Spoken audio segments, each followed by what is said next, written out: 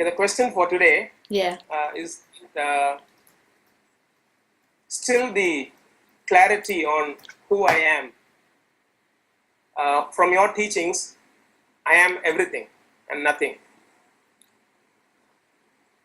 But looking at it from the point of view of the mind, is it always a state of negation? I am not the body, I am not the mind, I am not my emotions, I am not my pleasures and pains and my sufferings, but I am all that which sees this or experiences this, which is the this of the moment. Am I right in that? Well, that tends to be the way I would speak. Not quite like that, but I would be more of a negative teacher, like not this, not that. But it doesn't really. It's nothing to do with the person. So it's nothing to do with that practice or somebody seeing what you're not. Like, who would see what you're not? Yeah, who's seeing that? That's the doubt I have. Who's the one who's analyzing all these things? Yeah. Is it the everything or is it the person? Ultimately, it's everything, but there isn't really a person. But anything that's thought or felt or seen or smelt is in the personal world. So the person that's analyzing the analyzing is in the human world. So that's a personal thing. But you always say that the five senses, me talking, you talking, us listening, is actually the God. Yes, So the question is God working as, a servant of the me? Acting dumb for the moment, because it is God who created the body, God who created the mind, God created the me, and to be a bit sarcastic, God suddenly wanted to play dumb as a me. That's what's happening, right?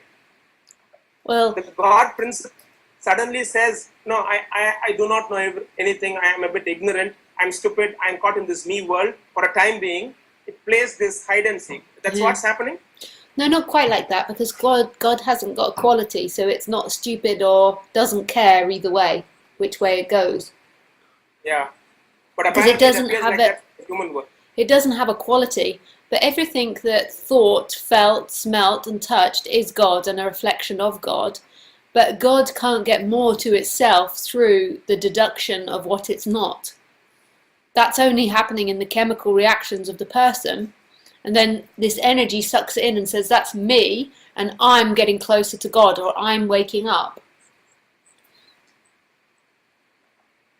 But we had said the me has no control over the present situation of the now. No. But then apparently it appears that the me is analyzing all these things, and the five senses and the body, which is actually the God, is working for it. Is it so?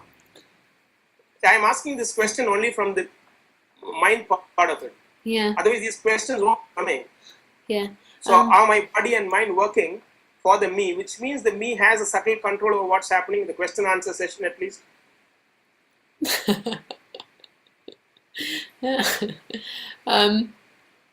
I wish other people could see your face, Ilangho, because he asked that question and then a big smile came out. But other people don't get to see that. They just hear the question, and the question might sound serious, and then you see Ilangho like. Maybe we can have some sort of a Skype where the person can be seen on a window. Yeah, that would be fun. That would be nice. No, nothing's working for the me. There isn't any independent doer. It's like you know how like when you see a firework go into the sky and you see that big explosion, like it's one energy exploding, and then it's giving all these different colors and different experiences, and then like, so when you see a firework explode, and then there's like one trail that comes off, and then it gives the appearance that it's a separate thing, and then in that an energy comes and says, that's me, I am just this, whereas really that's an explosion, that's a chemical reaction happening, that's the end bit of a chemical reaction. So everything that's happening is simply chemicals. There isn't an internal and external world. If you got out a microscope and looked at everything, you'd never find a border to me and the world. There is simply chemicals exploding, energy exploding into all these chemicals, giving appearances of lots of different things. And then what it does, because it gets so complicated, is it creates this reaction which claims part of the chemicals to be a separate entity experiencing a separate world, just because it does. Just like the fireworks explodes impersonally into all these different colourful formations, but all follow a pattern, same life or energy explodes into this world, creating a pattern. And in that pattern, part of it claims to be a separate experiencer, but it's totally impersonal. Life, the firework, doesn't care what the explosion is. It doesn't have the ability to care. It just explodes. The energy just plays out its pattern. But apparently there appears to be a connection between the question and answers amongst the firework. Oh So what I yeah, ask you, but so like you every are part of that firework, it's not like a firework goes off and then another part of it explodes over here. It all explodes in one go, and it all follows each other. It follows a pattern. Even in the firework, it follows the rule of the firework. It goes, it doesn't go and then over there. That would be a different firework. It goes in its particular pattern. So which part of me is asking these questions? Is it from the mind, the me? The me is asking me, Actually, asking you these to questions. be honest, Ilangho, the concept of a me and no me it doesn't exist. There's never been a separate entity, even when it feels like there's a separate entity. There's been chemical reactions happening, giving the appearance that there's a separate entity, but there's no solid me that actually exists. There's not a solid thing that's sitting there like, this is me, that. I mean, I know I describe it like that sometimes, but really, there's never a me. There's never a separate entity. It's just an appearance that's happening. I have to just plug in my computer. It's running out of power. Okay. Where were we? Yeah. You were saying to be honest with you. Oh, right. I think you've always been honest with us. Oh, it's just a figment of speech that comes out. Well, no, actually, I can't really be honest, because you can't ever say it anything accurately. Okay. So you're saying this me doesn't exist? No, it's never existed. I'm just splitting it off to try and describe to you guys what the problem is. The problem is that energy which makes it feel like somebody is experiencing life, rather than that being just an experience happening in life.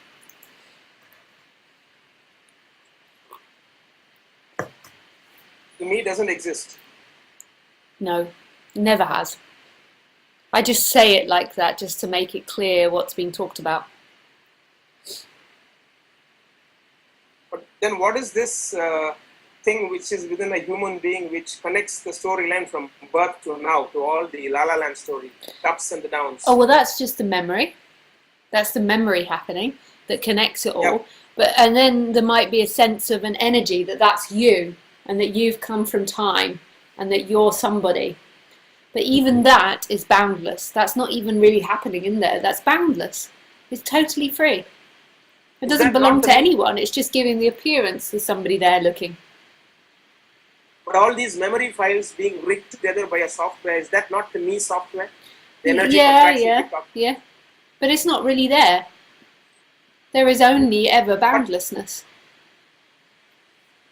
But Like, where does it exist, this separate somebody? I don't know. It's everywhere. Can you find an internal and external? You can't find the cut-off to you and the external world. So the real me is this happening. Yeah.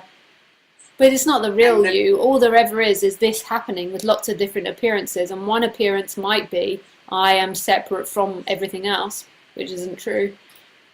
And all these appearances are energy expressing itself in multiple different ways, creating consciousness in the body and thoughts and ideas, giving the experience that somebody is looking through a body.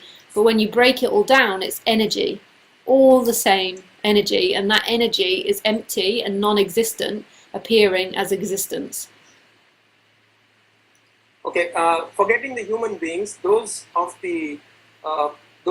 like you who have where the me has disappeared, why is it that you are able to only see through your eyes? I mean, if you are everywhere, The vision should be everywhere.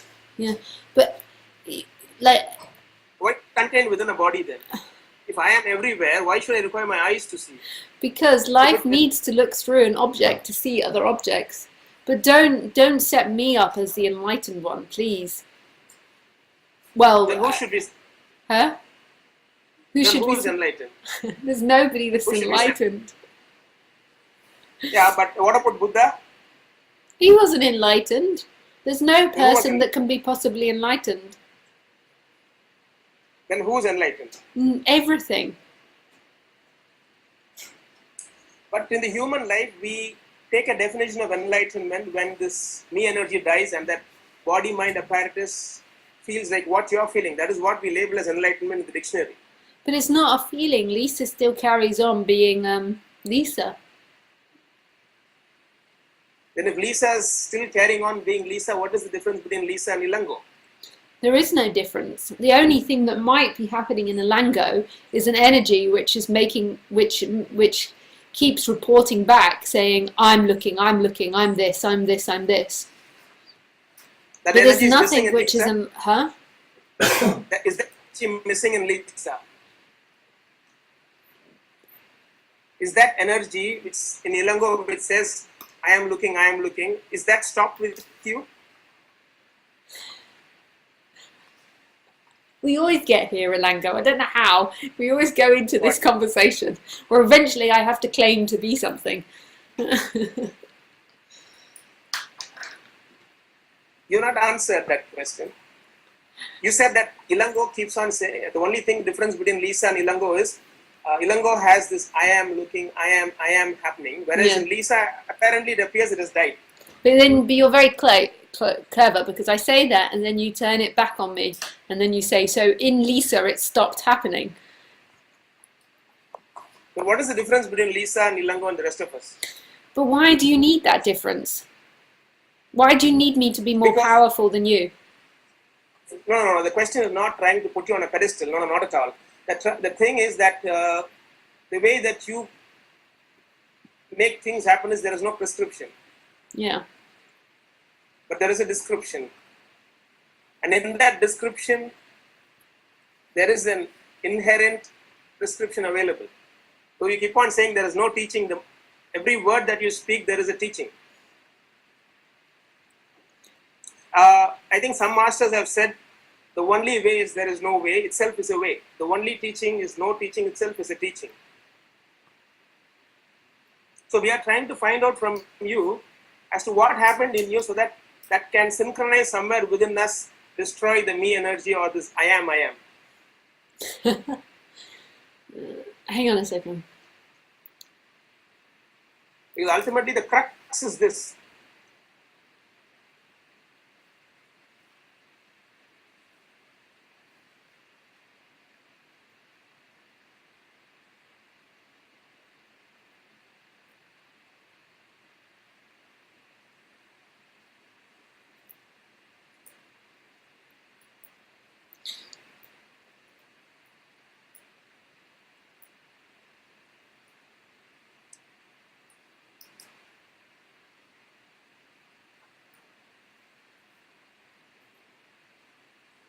I can't really tell the difference between you and me, Ilangho, only on a functioning level.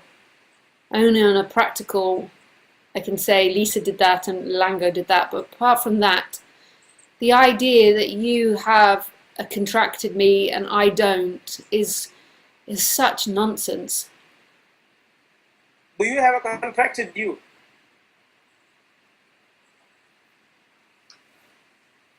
Before Bali and after Bali?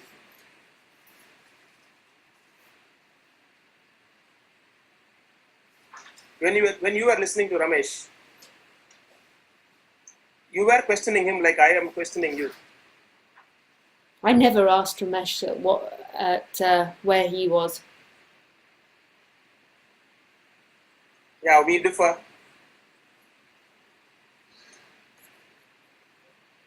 Because Ramesh's teaching was different. He had a teacher-student relationship happening, and his teaching was different, and what you say is also different.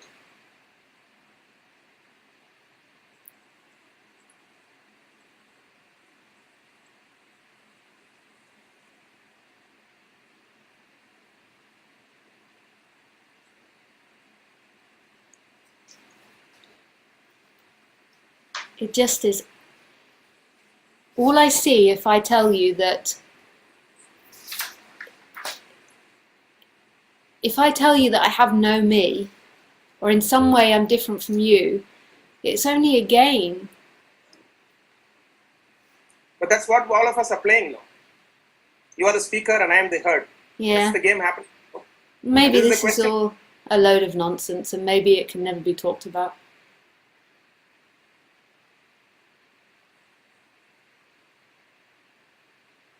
You're saying this is nonsense. Maybe we can't talk about it.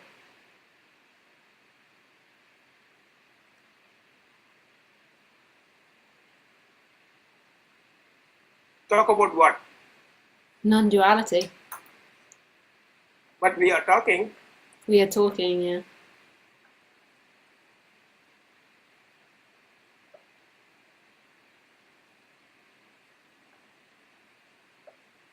Is there a person speaking to me? Because this is don't mistake us, this is an opportunity we can't afford to miss. No, it's not. It's Ilangho playing a power game. No. Yes, it is. That's all he can ever do. That's Power for all what? That's all the body-mind mechanisms are doing. Is moving towards obtaining more pleasure.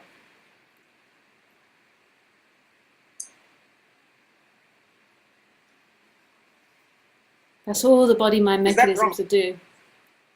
But is that wrong? No, it's not. For a body mind, because this is a predator. Last talk you were saying the human is a predator, the worst predator. And in your book you had asked a young man, if you want constant orgasm, and he said no. There's nothing wrong, but in that world it's all subject-object. But I think every seeker wants a infinite ecstasy.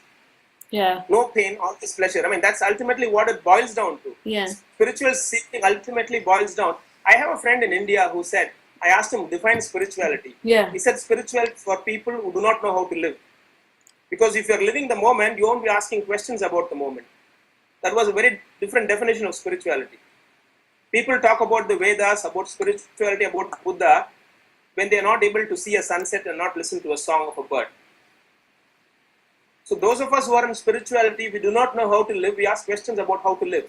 And all of us ultimately aim for a constant pleasure. That's what this human animal wants. Am I wrong? Yeah, the human animal wants constant pleasure, yeah. And is trying to find out how to destroy the I, the me. Actually, is that what it is doing? Actually, what it's doing is it's trying to add things onto itself. And at some point trying to find out, is there a way to self-detonate? Isn't it? Destruction of the I. Actually, it doesn't want that. It wants more pleasure. It just associates the detonation of itself as more pleasure.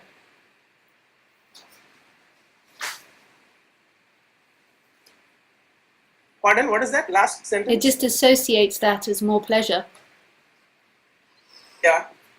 It just wants to become more and more stronger. Yeah, more pleasure, more stronger. Yeah. And but where does non-duality play a role in these spiritual seekers like us? Huh? Where does what? What's the role of see, people who are in spiritual seeking also want constant pleasure in the term of by means of enlightenment. People who are not in spirituality also want pleasure. So both of them are more or less on the same platform. But then where does non-duality play a role in spiritual seekers? Because the common man wants pleasure, seeker wants pleasure. Ultimately, he is a predator. A body-mind mechanism which wants infinite pleasure, and having suffered wants to end suffering. That is one of the things which you have told and Buddha told, and a lot of masters talk about the end of suffering, peace of mind as the ultimate state of enlightenment. So ultimately it all bears down to that. Sorry? How to be in constant. Ultimately it all bears down to how to end suffering. Yeah. To cut the spiritual jargon, it ultimately boils down in common language how to end suffering, and it appears for the human being, end of suffering is the end of this me contracted energy or the I, and taking life as you are talking to us. Everything happens in the this, and the person comes and goes. But the point is, we forget it the moment, probably after we stop listening to your talks. I can tell you what the end of suffering is. The end of suffering, the suffering is a contraction which happens inside of the body and takes on quality, saying, this is me and I am experiencing life. It's something that doesn't happen in Khaleesi. But what you're asking me to do is you're asking me to look at myself, and this is where I refuse to answer you. And you're asking me to talk about non-duality in the structure of growth. So as soon as you start talking about the experience here, you're asking me to talk about it through growth. Like body-mind mechanism is growing towards pleasure, moving towards pleasure. It's trying to grow, grow, grow. You're asking me, so you're saying, is there a Lisa there or not there? That can only be a personal thing, my answer. What did you say, release? That can only be a personal thing. Before that you said something, release? Lisa, I said. I've forgotten what I said before that. Okay. Like, that can only be something for Lisa. That can only be in the personal world. You're asking me a question in subject-object world. So you're asking me if there's not a Lisa there, which is the opposite to there is being a Lisa there, and neither of them exist.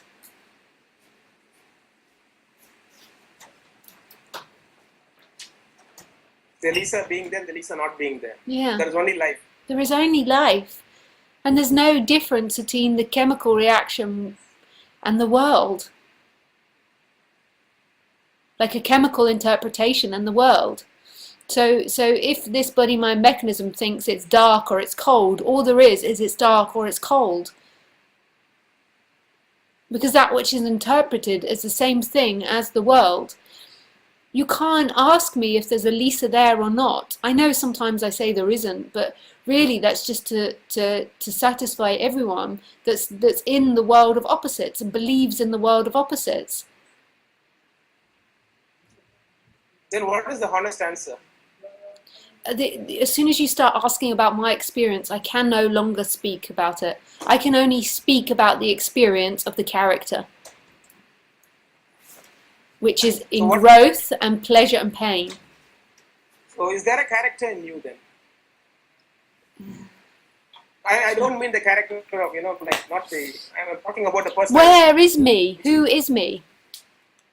The person talking to me, I'm looking at the screen, which is named by the name Lisa. It's not her that wakes up. She is a character. So what is the difference between Lisa the character and the one who is woken up? This conversation is a dead end.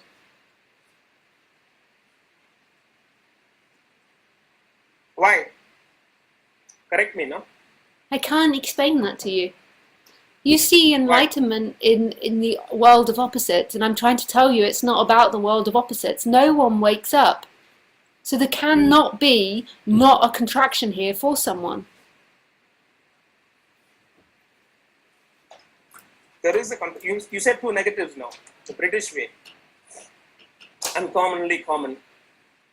You said there cannot be not a contraction. It means there is a contraction, which does the personality part of it, the character part of it. No, I don't understand what you mean. I cannot speak to you about liberation in the world of opposites. So it cannot be the opposite to there is someone there to there isn't someone there.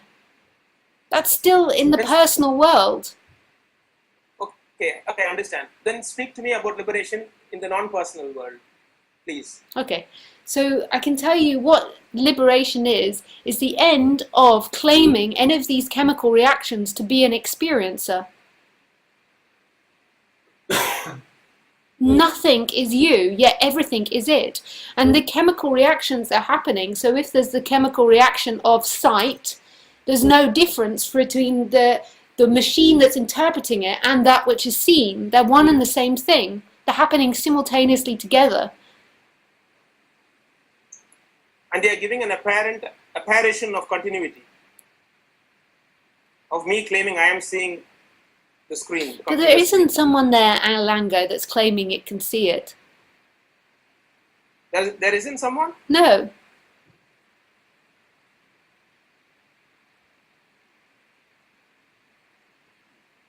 But what about this me energy then? You're telling me there isn't someone inside me claiming this. No. Where is that? It might give the feeling know. that there's something is, but there isn't Yeah. anything there. But that is what is creating the suffering.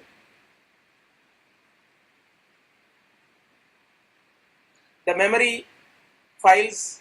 See, for example, I was listening. I don't know. Have you heard about Paul Helderman? Yeah, he's an English guy, yeah. English guy, teacher. I just saw his things yesterday. He was just telling that that the same thing that you're talking about, and it is by negation that one comes to the thisness of the moment, which is now, and everything else is not the real you. But then for us, over a period of time that we have become acclimatized, for me like 52 years of this thought of I have led a life and tomorrow something is going to happen, yesterday something happened, and then all these memory files come on to this instant of you and I talking, which is the thisness of the moment you're talking, and there the problem comes of suffering, when the past comes and hits the present and distorts the future. If that is not there, what you're saying is what we are experiencing. In moments of being in silence, everything is as it is. No, that's But not this what is- I'm talking about. No? There's nothing wrong with the past, the appearance of the past. But then that produces that reflects on the present moment and creates an anxiety for the future. That is the problem of human beings. Anxiety for the future. Guilt of the past. In the present moment, which No. distorts. That's not the problem. That is not the problem. Then what is the problem? That is how it appears to me. That I keep distorting every present moment. I see something very good. Then something happens, like saying, a thought comes, what is going to happen tomorrow? It produces an anxiety. That is what happens, I think, to all of us, human beings. Yeah, but that's Which this. not the actual problem. Then what is the actual problem for us? The I. This energy which claims all of that to be a separate experiencer. That's what I was asking you, but you said no, there is nothing like that inside me. But it's not really there. All there is boundlessness. But Life is there everywhere, this, right? Yeah. All there is life. There is life everywhere, but there is something inside me which says, be careful of your body and your mind, and that creates a fear complex. Very which is the most good. important. Very good. That is very important. You'd be dead if that wasn't there. Yeah, but then it goes on overdrive. It goes on overdrive. It creates a fear of what's going to happen tomorrow, the next week, the next month, and creates hell for the present moment. I think that's the problem of human beings. We don't take moment as they come. No, Moment to moment. that's not the Like problem. The problem is the energy which sucks that in to be a separate experiencer. It's a different thing. So there is this energy inside me which does all these things. It's just an energy which gives the appearance that you are limited to this body and that you're a separate experiencer. But that energy is mine, isn't it? It is an individual energy of Ilangho. Wow. Or is it? Isn't it? I think that your brain works so quickly that I just can't. I can't keep up with it. Okay. So what was the question that you asked me? Yeah. See, even in your book, you're constantly kept talking about the me, the individual me, which creates the suffering. Yeah. So there is this individual me inside Ilangho, and everybody has, all these human beings, the entire race has got an individual me software running in, which destroys the pristine unity of non-duality and creates our suffering. That's what I'm asking. All that me energy is a sucking in of the behavioral patterns of the body-mind mechanism. Yeah, but that is to be agreed upon, isn't it? That is there within each individual. The God has become blinded for the moment and creates this me within say 1.5 or 2 years of being a child, they keep telling the child, this is your name, this is your father, this is your mother, this is your doll, this is your school, this is your blah blah blah. And then this me energy gets activated and creates hell for us. We are agreed upon that there is a me energy in every human being. That is what destroys the pristine beauty of nature, of human life, which is so magical and mysterious and on an autonomous mode. If that me energy is gone, then Bali happens to all of us. But you imagine Bali is just pleasure. It's not like what you're talking. But it is absence of suffering, which is actually pleasure. No. Okay, just a small interlude. I wanted to ask you, when I remember in the book that you spoke about, when you were eating on your banana fritters, the waitress became beautiful, everything became beautiful. There was energy all around. Does that experience still continue? Because we have had those experiences. No, that was just an experience. Okay. Now coming back to this me, you agree upon this me being in every human being, which destroys human life. But Ilangho, I'm not going to make you feel better by giving you these concepts. No, but you had spoken about this in your last speech. With I know somebody was asking you that this me energy was necessary for the child, maybe a few years or a century earlier on for survival. But now with this modern technology, this me has become so much multiplied that it creates havoc in human life.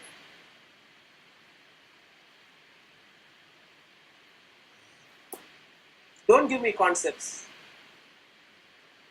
Talk to me non-duality.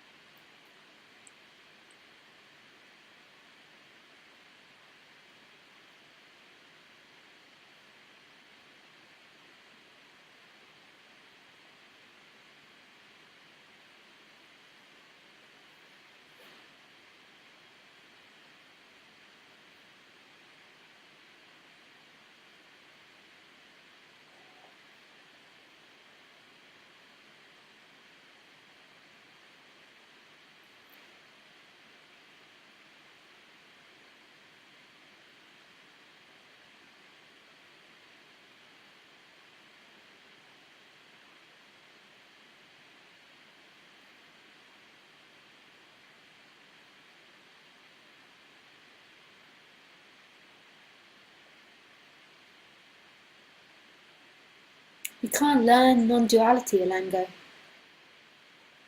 It can't be learnt.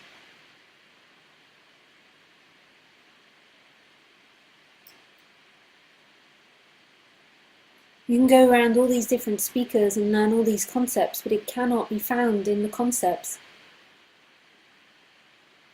In the concepts is in subject-object.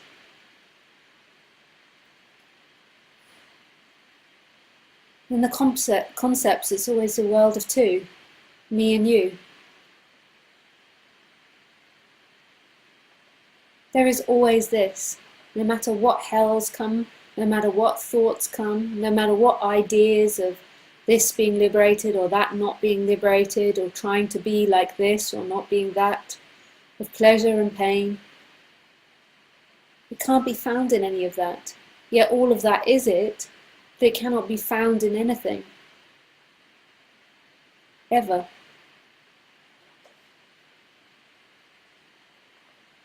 All these body-mind mechanisms are energy expressing themselves. They're not seeing a separate world. The body-mind mechanism and the world are one and the same thing.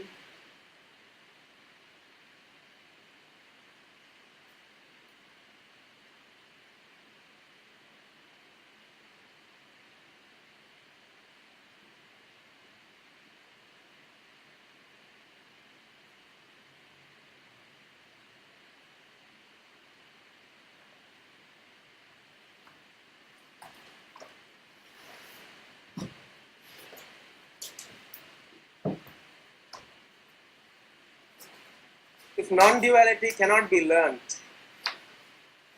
then what is non-duality? Non-duality is.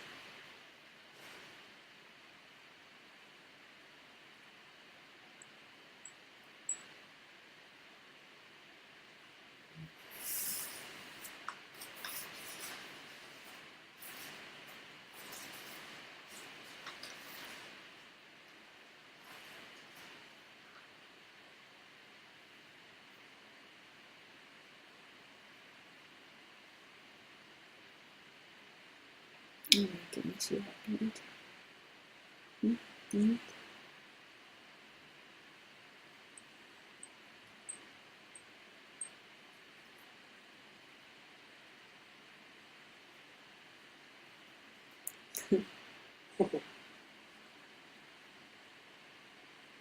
Talking about this me energy then, what is your comment on the me energy of every human being? What seems to arise in most body-mind mechanisms is this energy which claims to be the thoughts, the feelings, the sensations. Those things don't need to change. It's just the energy which contains it and makes it feel like a separate person experiencing a separate world, and that person has come into this moment, has come into this room and sat down in a separate room and will leave that room. And that's not the truth. I can't...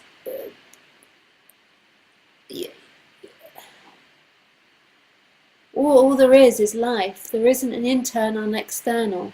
This moment hasn't come from something. This moment is appearing. It's not like somebody's moved through a separate world and came into this moment. It simply is. But you can find all sorts of contradictions and opposite arguments to that, because that's what happens in the world of the intellect. You can always have contradictions and say yes but, yes but. That's not, and that can't be the final truth of things, because that's simply words that disappear, and they're in a word and language of opposites. And so what you think then is, you think that Lisa woke up, or you think that in this body-mind mechanism she's more awake than you, but that only exists while Ilangho's there. When Ilangho disappears, it's irrelevant. It doesn't even exist, the Lisa body, the Lisa person inside there. There's simply life happening. But the end of suffering is the dropping of this me energy. Am I right in that? That's how I would express it, but understand that that's a great failing. Not because of Lisa, not because of Lisa's message, but because it's been put into words, into human words. And humans and their words are based on the idea of growth and the idea of obtaining.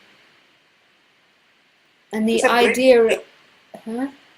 You said great failing, is it? F-A-I-L-I-N-G? Yeah, failing as in I can't put it into correct words. I can't put it how it is.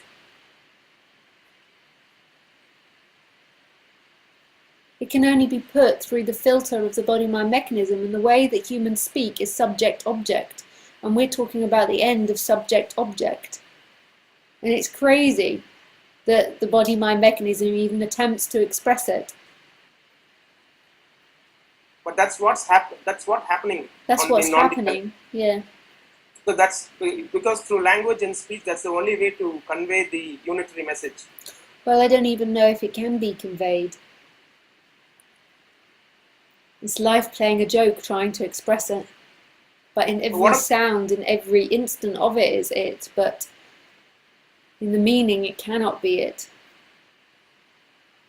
Yeah, I understand that. But you often talk about this resonance during your talks.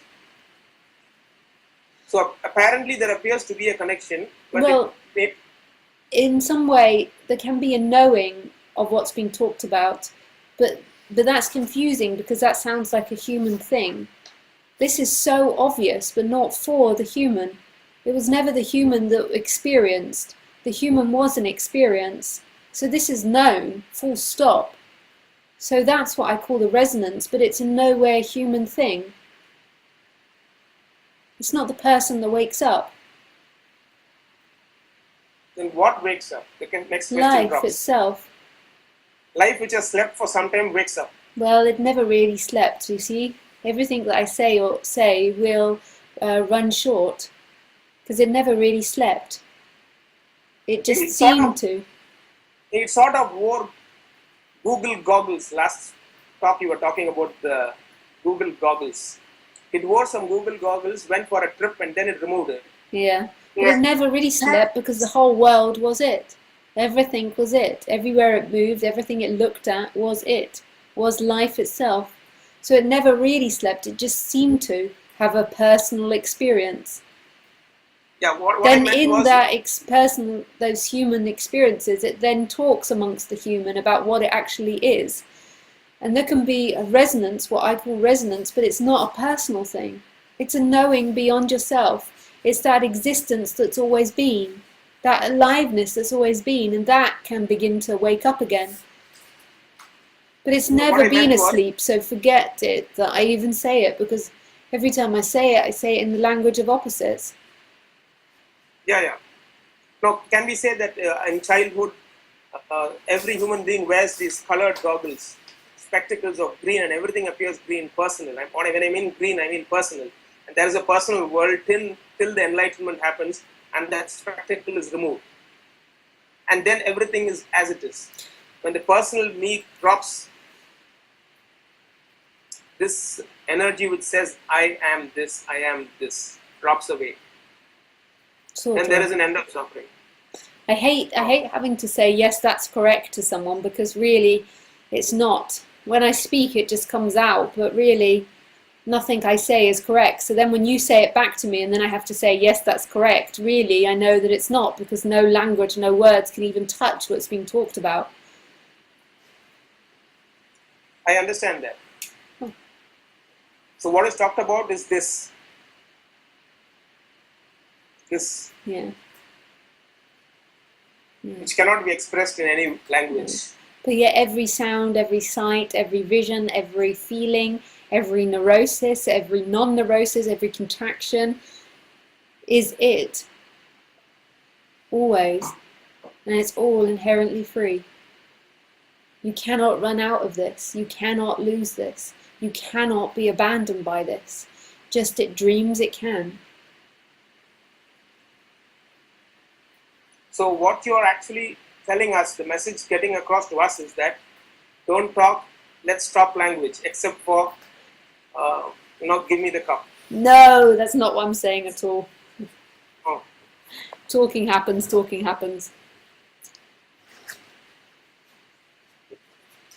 No, only for the functional part of it. You book a flight ticket, you pay your bills and stuff like that. Whichever part comes up.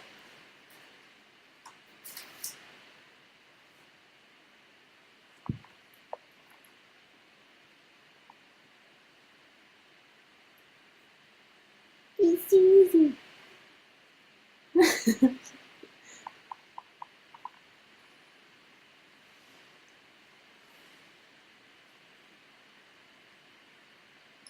So you don't agree on liberation and enlightenment? No, there is no such thing. But how is it that the entire human race praises the Buddha? How come? What? As enlightened? Because everybody's praying for power. The Buddha's just a symbol of everything else. It's a symbol of money. It's a symbol of business. It's just become the symbol of everything else. So then people join these organizations and these religions and these belief systems in order to become more of a person. I'm not talking about the orthodox religious outfits like Buddhism or anything else. I'm asking, for example, a person like Ramana Maharishi. Ramana Maharshi, the name Ramana Maharshi was simply a body-mind mechanism. like a cow, like a So what are the difference between Ramana Maharishi and the rest of us?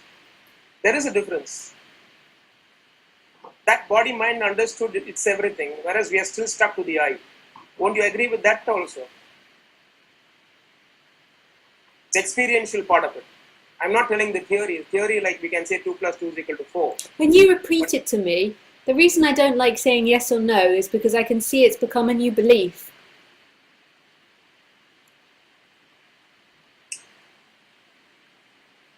It's so obvious it's become a new dogma.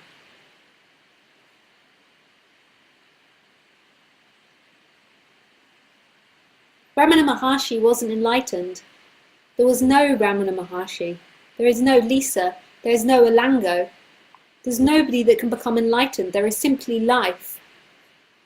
Now, how is it in certain people we say enlightenment is the end of suffering? Ramana Maharshi, there was an end of suffering. I don't know if that's the case with Ramana Maharshi.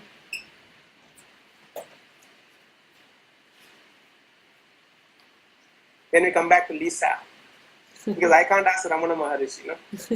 We ask you, is there an end of suffering in your life?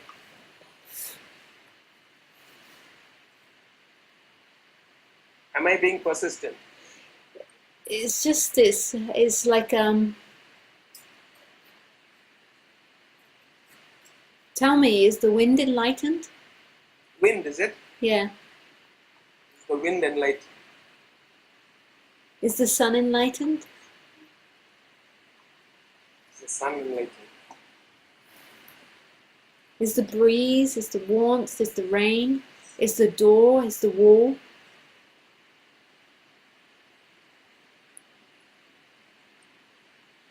I don't know whether they are suffering.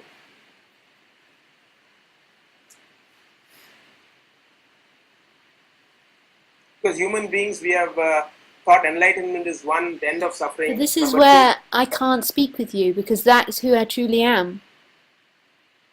The wind, the breeze, the sunlight, your face. That's the difference I am also asking you, is that The I don't warmth. feel like that, and the rest of human race don't feel like it. That's the difference between an enlightened person and us. That's just words coming out of a mouth, and then they're gone. I don't even know what you're talking about. I have to imagine. But you're giving a very coherent, sane reply, which means you are understanding. Otherwise, you wouldn't understand English language. Yeah, but I mean, I don't know, like, that's all that's looking now is everything. This is everything looking. And then you keep going on about what happens in the body or not in the body. All there is everything. There's the end of contraction. In a way, you can see why talking about there being a collapse of a personal energy becomes such a because it then gives the appearance or the impression of something which it's not. What's looking now is everything. What's hearing now is everything. From your perspective. Whose perspective? The person speaking to me. Because for one Lisa who's speaking, there's a 1 billion people out there, they don't experience what you're experiencing like me. We don't feel even the person across is me. The problem happens there. The person across, or your friend, they are separate. And there's always this power struggle happening, which has stopped with you. Oh, Lisa, no, Lisa still has the power struggle. Lisa still wants all the power. Trust me. Lisa, that's how Lisa's set up. Lisa's set up to obtain, to get fatter and fatter and fatter, to grow. But there's something just snapped in Lisa and Bali. Something snapped. No, it's nothing to do with Lisa.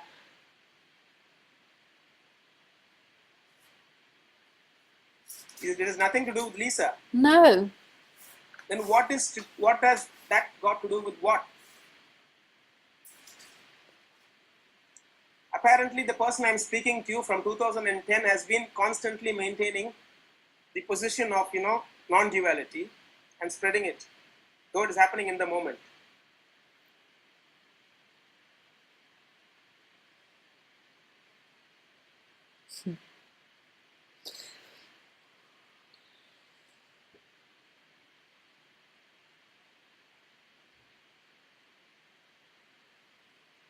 So the bottom line I'm trying to come at is this: is there a functional residual me still in you, which is, how you are sane and you're doing a routine work, you're creating your retreats and stuff like that. There is something happening in you where there is a continuity, but the end of suffering has happened.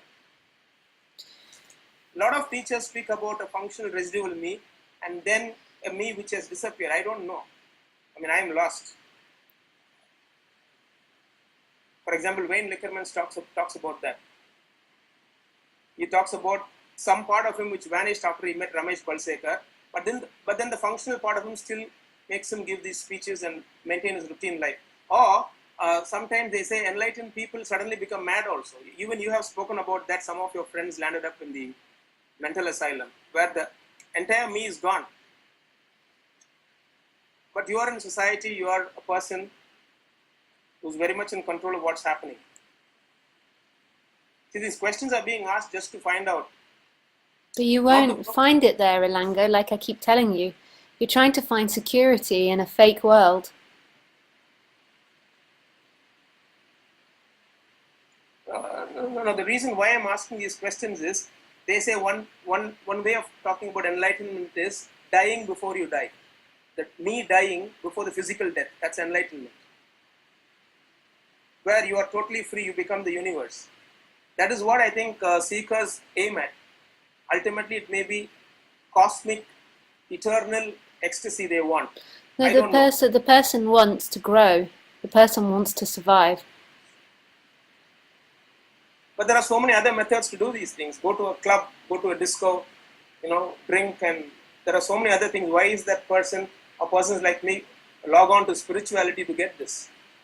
Because that's what happens. Yeah.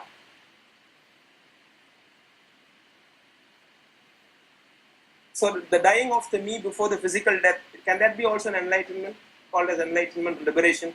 I was thinking the true liberation is the liberation from the self, the human I. Ilangho, you're just trying to find comfort in intellect, which is okay, but that's got nothing to do with non-duality. You're trying to organize and compartmentalize all of non-duality. You go around all these different speakers, listening to all the different perspectives, and you put it into notes, and that's fine. That's just what the brain's doing. But that's in subject-object. That's not non-duality. I understand that. I understand non-duality is in a no subject, no object, unitary, single universe. Not even universe. This is it. That's your teaching. This, what's happening now, is it. But what I am trying to find out is how to bring that thisness experientially. Is there any way, like I can deepen my experiences in routine life? It's got nothing to do with the person. But the person occupies most of my time. The stillness and the silence is... There isn't a you, your time. It doesn't occupy most of somebody's time. There isn't somebody. There's an appearance of someone rising in every instant for no one. Yeah, I understand that. This isn't going to help you, Ilangho. So what will help me? Well, in the realms of the person, there's lots of things that you can do to improve the pleasury input. I don't want to improve my golden cage. I want to self-destruct. No, you don't. I don't. No, the person doesn't want to self-destruct. The person wants to grow. Then what is it that a seeker wants, a spiritual seeker, non-duality? To grow. To grow what? To become a billionaire? To get more pleasure, yes. So there is no difference between a spiritual seeker and a normal human being? Yes. Fine. Then what happens to certain people where this stops? Not Lisa, I'm telling, just generalizing, because when I keep talking about Lisa, I mean, it becomes like, you're talking in a public forum on a personal level, which is actually not the right thing to do. But then we don't have a choice. And those of us who have very rare chances to speak to... But what was the question? What was the question? The question was, if this can't help you, Ilangho, then my question was, what will help Ilangho? Nothing will help Ilangho, because Ilangho doesn't exist. It doesn't exist. There is nobody there. No, you're talking because you're trying to help us, right? No, I'm not. No, I'm not. I talk for No. the money and the fame and the pleasure. Then give us an answer. Ah! Cut. Give us an answer for the money and the fame and the pleasure.